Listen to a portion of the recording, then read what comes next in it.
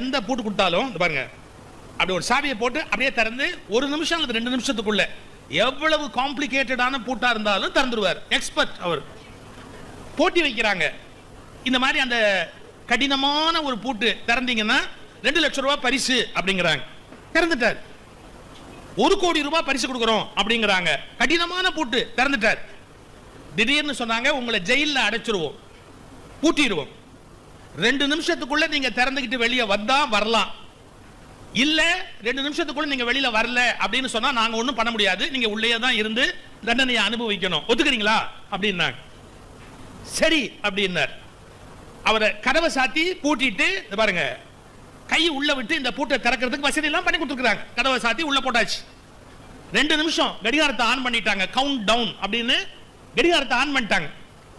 On பண்ணிட்டு 2 நிமிஷம் time இல்ல, லைஃப் லாங்கா நீங்க ஜெயில இருக்கணும் அப்படின்னு அவர் விடுங்கிறார். அப்படிங்கிறார்.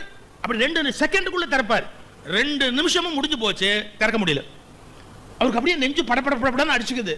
மயக்கம் போட்டு விழ போறார். அவர் மெதுவா பரவாயில்லைன்னு போட்டியாளர்கள் அவரை வெளியில கொண்டாந்துட்டு, இவ்வளவு நாள் எல்லா பூட்டையும் திறந்தீங்களே, இந்த பூட்டை 2 நிமிஷத்துக்குள்ள ஏன் உங்களால திறக்க முடியல?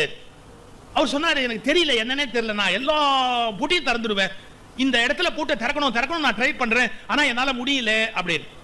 அப்ப அந்த போட்டி வச்சவங்க சொன்னாங்க, ஒன்னு தெரிஞ்சுக்கங்க, என்ன, நாங்க பூட்டவே இல்லை, நாங்க வெறுமனே கதவை சாத்திட்டு மேல பூட்டை மாட்டினமே ஒழிய பூட்டவே இல்லை. அப்ப இவருக்கு படபடப்புக்கு என்ன காரணம்? பூட்டி இருக்கு திறக்கணும், பூட்டி இருக்கு திறக்கணும், பூட்டி இருக்கு திறக்கணும்னு திறக்கிறாரு. பூட்டி இருந்தா தானே திறக்கும், பூட்டவே இல்லை.